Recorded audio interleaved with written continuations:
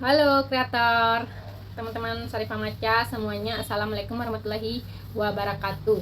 Di video ini saya akan bahas tentang konsistensi kreator. Jadi sebagai kreator kita itu harus konsistensi ya teman-teman, agar video kita itu ditonton oleh banyak orang, menambah subscriber, menambah jam tayang, menambah follower. Itulah gunanya kita itu konsistensi. Oke teman-teman, simak video ini dari awal sampai akhir, no skip.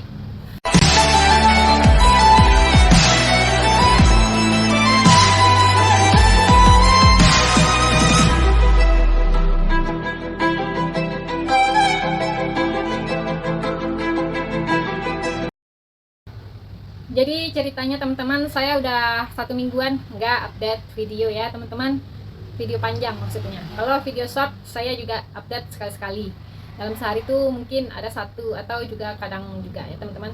Itu sebenarnya kurang konsisten juga sebenarnya.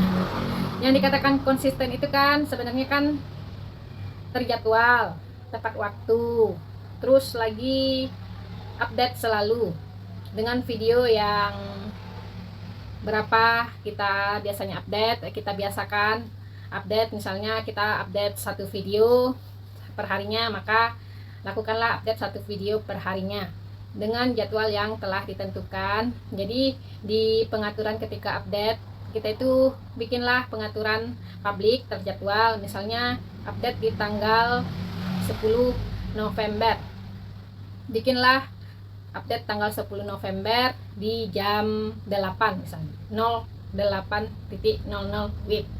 Itu termasuk konsisten. Itulah dia yang dikatakan konsisten. Update video 1 per hari di jam tertentu, dan lakukan tiap hari secara rutinitas. Itulah yang dikatakan konsisten. Jadi yang membuat saya itu nggak update video panjang di beberapa hari ini itu karena saya nggak enak badan atau kelelahan ya teman-teman. Sebagai kreator yang konsisten, kita tuh harus bisa memanage waktu kita itu istirahat agar kita itu tetap fit, tetap semangat, dan tetap sehat. Nggak akhirnya kita benar-benar menjadi kreator yang konsisten. Itulah dia yang konsisten teman-teman, bisa mengatur jadwal, mengatur rutinitas, baik itu rutinitas sehari-hari kita, rutinitas kita untuk bisa menjadi kreator, bikin update video, bikin video, terus mengatur jadwal kapan kita harus merespon komentar para penonton, kapan kita harus memahami penonton, dan kapan kita harus menonton videonya kreator-kreator lain. Penting sekali bagi kita para kreator untuk menonton videonya kreator-kreator lain agar video kita itu direkomendasikan oleh sistem algoritma YouTube kepada para kreator lain yang sejenis, atau juga kepada para penonton yang menyukai jenis konten yang kita upload di channel kita. Itulah gunanya teman-teman, kita itu menonton videonya kreator-kreator lain atau video-video yang ada di YouTube. Karena sistem algoritma YouTube itu sama halnya seperti sistem algoritma yang ada di sosial media lainnya ya teman-teman. Teman-teman bisa coba aja bedanya antara teman-teman itu aktif melihat, menonton videonya kreator-kreator lain dengan tidak melihat videonya kreator-kreator lain. Kalau kita sering update melihat videonya kreator-kreator lain, memberikan like, komen, hingga akhirnya subscriber kita itu akan terus bertambah. Algoritma YouTube kita itu juga berjalan merekomendasikan video kita kepada kreator-kreator yang sejenis dengan konten kita, atau kreator-kreator yang menyukai jenis konten kita, penonton yang menyukai jenis konten kita. Tapi coba aja kalau seandainya nggak pernah menonton video-video lain, maka video kita itu akan stuck di situ aja. Kita nggak akan memiliki subscriber yang banyak, subscriber kita sulit bertambah, terus jam tayang kita juga stuck, berhenti di situ aja, nggak bertambah, penayangannya pun juga nggak bertambah. Itulah salah satu penyebabnya. Kita juga tidak update menonton, menjadi penonton di YouTube. Selanjutnya kita bahas tentang jenis-jenis konsisten. Konsisten yang dimaksud ini apa sih? Konsisten yang dimaksud di YouTube itu sebenarnya itu ada 3 jenisnya ya teman-teman. Yang pertama, kita tuh konsisten upload video. Jadi kita jadwalkanlah, kita aturlah jadwal kita itu kapan kita itu harus upload video, berapa video yang harus kita upload, dan jenis video yang kita upload tetap satu jenis. Yang kedua, konsistensi minat. Jadi konsistensi minat ini kita itu harus bisa memahami minat para penonton ya teman-teman. Karena kalau seandainya kita paham dengan minat para penonton menyukai apa, maka YouTube akan merekomendasikan video kita kepada penonton yang minat terhadap jenis konten yang kita buat, bentuk konten yang kita buat. Terus lagi yang ketiga, konsisten kreativitas. Jadi kita itu konsisten untuk menjadi kreator yang kreatif untuk membuat video yang kreatif terhadap pembahasan. Setiap video kita itu, misalnya penonton itu banyaknya sukanya di saat kita membahas tentang subscriber. Jadi teman-teman berusahalah kreatif untuk membahas tentang masalah subscriber. Atau teman-teman misalnya punya jenis video tentang masakan atau makan makanan. Misalnya para penonton teman-teman itu menyukai minatnya tentang makan bakso misalnya. Maka teman-teman kreatiflah membahas topik tentang bakso, atau kreatiflah membuat video yang tentang bakso. Bakso itu mau diapakan, mau dibikin seperti apa. Kreatiflah untuk membuat video yang kreatif. Itulah yang dimaksud oleh YouTube konsisten upload video, konsisten minat, konsisten kreatif.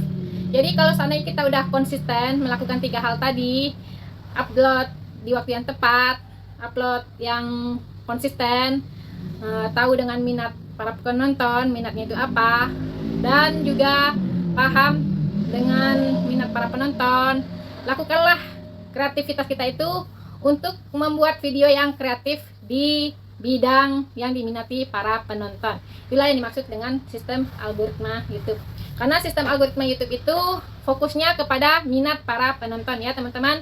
Jika teman-teman ingin sistem algoritma YouTube itu merekomendasikan videonya teman-teman itu selalu, maka berusahalah untuk memahami minat para penonton. Karena semakin penonton itu minat, suka dengan video-video yang ada di channel kita, maka sistem algoritma YouTube itu akan selalu merekomendasikan video-video kita kepada para penonton yang pernah menonton video kita, yang pernah mengomentari video kita, dan like video kita. Apalagi para subscriber ya teman-teman. Apalagi kepada para subscriber. Kepada para subscriber tentu saja video kita itu akan secara otomatis direkomendasikan oleh sistem algoritma YouTube. Baik itu melalui notifikasi subscriber, berandanya subscriber, penelusurannya subscriber, dan juga di sistem pencarian subscriber. Jika subscriber kita itu masih ingin mencari jenis video yang sejenis dengan konten yang kita update di channel kita. Selanjutnya yang harus kita lakukan agar video kita itu direkomendasikan oleh sistem algoritma YouTube, yaitu kita lakukan perkenalan. Bagaimana cara kita melakukan perkenalan? Kalau kita sebagai kreator pemula, maka perkenalkanlah video kita, channel kita kepada para penonton, kepada para kreator-kreator lain melalui kolom komentar ya teman-teman. Teman-teman bisa menonton video-video yang ada di YouTube, teman-teman like dan komentar, atau bila perlu teman-teman bersedia menjadi subscriber para kreator-kreator yang ada di YouTube. Setelah itu berkomentarlah di sana dengan komentar yang membuat para kreator itu tertarik dan para penonton itu tertarik untuk singgah ke channel teman-teman.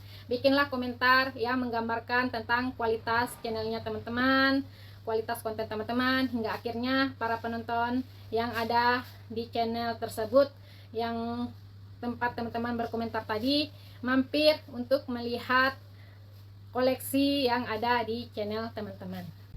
Selain itu kita bisa melakukan perkenalan dengan cara membuat konten sejenis. Kontennya jenisnya itu aja. Misalnya teman-teman kalau udah bikin konten jenis tentang pendidikan, teman-teman cukup lakukan konten yang jenisnya pendidikan aja yang diupload di YouTube.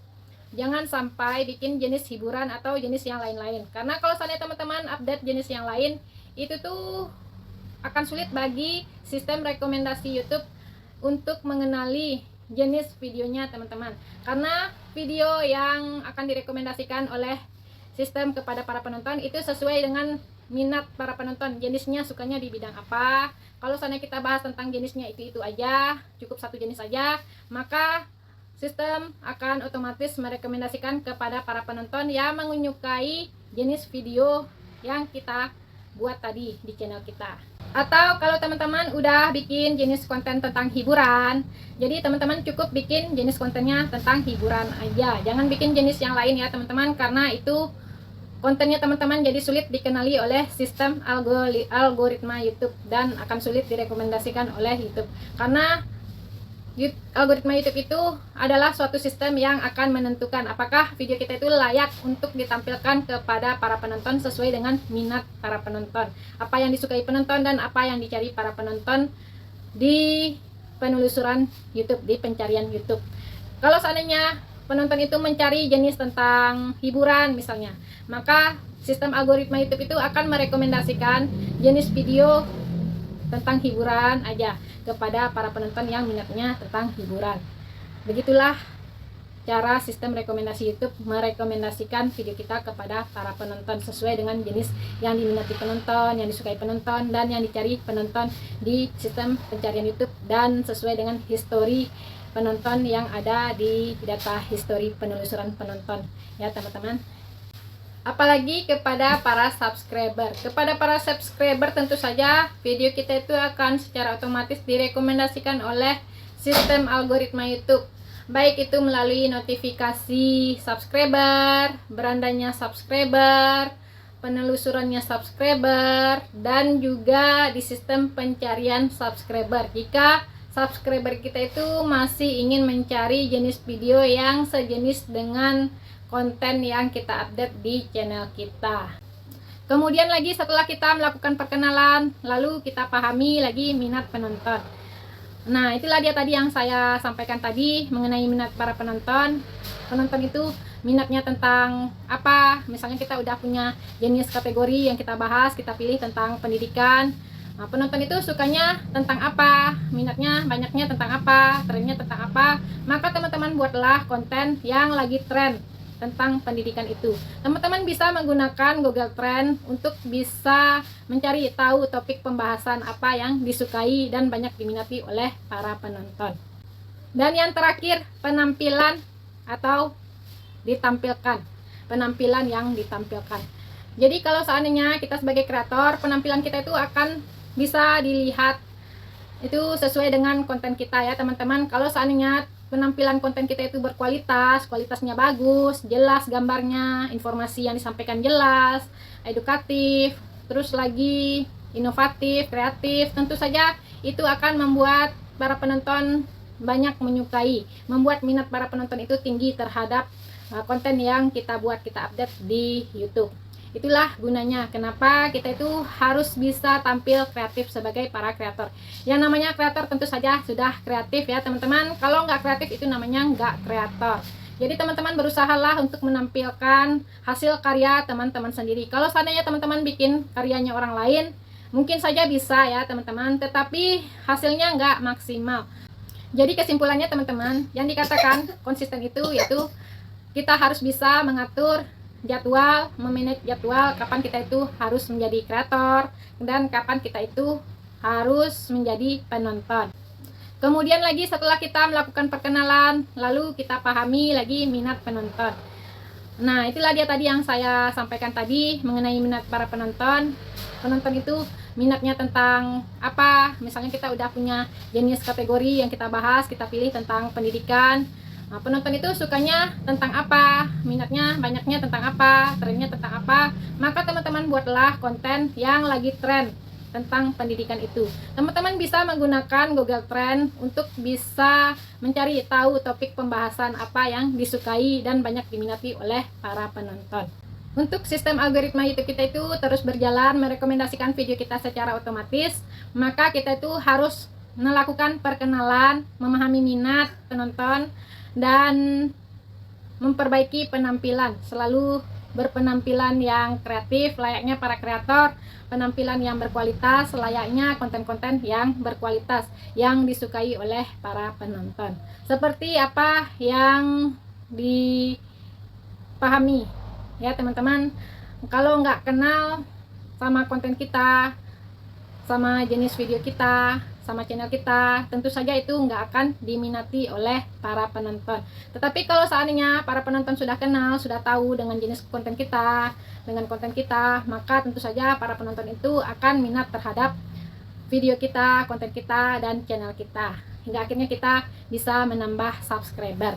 Dan begitu juga sebaliknya dengan penampilan ya teman-teman. Kalau seandainya penampilan kita itu bagus, berkualitas, tentu saja penampilan konten kita itu banyak diminati dan disukai oleh para penonton. Teman-teman cukup lakukan, pahami yang saya sebut tadi, hingga akhirnya teman-teman mulai menikmati jadi kreator itu nikmatnya bagaimana, dan teman-teman bisa menjadi kreator yang sukses tentunya. Pokoknya teman-teman selalu semangat ya teman-teman. Siapapun teman-teman, kalau seandainya teman-teman udah konsisten, teman-teman sudah paham dengan yang saya sebut tadi, maka teman-teman akan bisa menjadi kreator yang sukses. Oke teman-teman, saya akhiri dulu video ini. Assalamualaikum warahmatullahi wabarakatuh.